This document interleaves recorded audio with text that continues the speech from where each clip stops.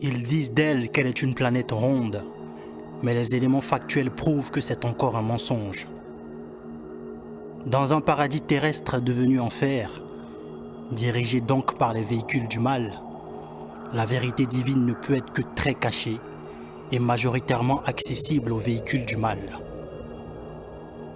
Mais plus depuis 52 mois.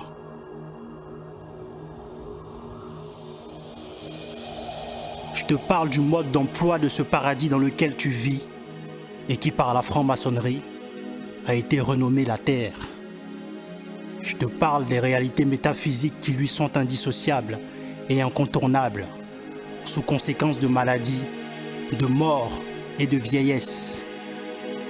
Je te parle du mode de vie de l'homme de terre, surnommé africain, toujours par la franc-maçonnerie. Originellement membre du peuple élu de couleur marron, aujourd'hui de toutes les colorations épidermiques. Je te parle du mode de vie de ce dernier qui a un impact destructeur sur le paradis terrestre, sur lui, par extension, sur l'équilibre du ciel, quand il ne correspond pas à son âme, donc aux lois du grand architecte. Je te parle des lois de la suprême divinité qui redonne à l'humain juste son immortalité. Il en faut de la volonté, un cœur de titan et de la bonne foi pour voir plus loin que ce que les yeux refusent de voir. Déracinons le mal de la terre, arrêtons d'essayer de lui couper les branches ou de lui taillader le tronc. Et pour ce faire, il n'y aura aucun miracle, mais plutôt des constructions qui nécessitent des efforts pour en arriver à ce résultat.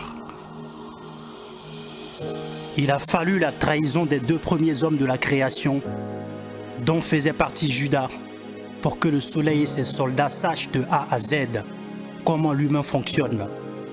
Puis s'en est suivi une 3e féminine trahison qui a fait éclater le royaume de la bénédiction. Pour pouvoir voler et posséder les âmes, le nouveau monde dans lequel tu vis a été voulu et réalisé par le soleil via ses soldats. L'argent et toutes les ressources minières ne sont pas le nerf de la guerre. Avec toutes les institutions, ils ont été créés dans le but de pouvoir contrôler les humains. L'axe du combat a toujours été la vie, donc les âmes. La vie a toujours été éternelle. Ce sont les péchés qui nous rendent mortels.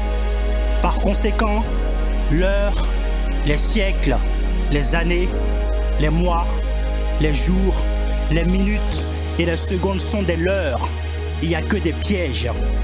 Les marabouts, les féticheurs, les vaudous, les magiciens, les fakirs, les gourous et les voyants tiennent tous leur pouvoir de l'ennemi juré du bien, le soleil, alias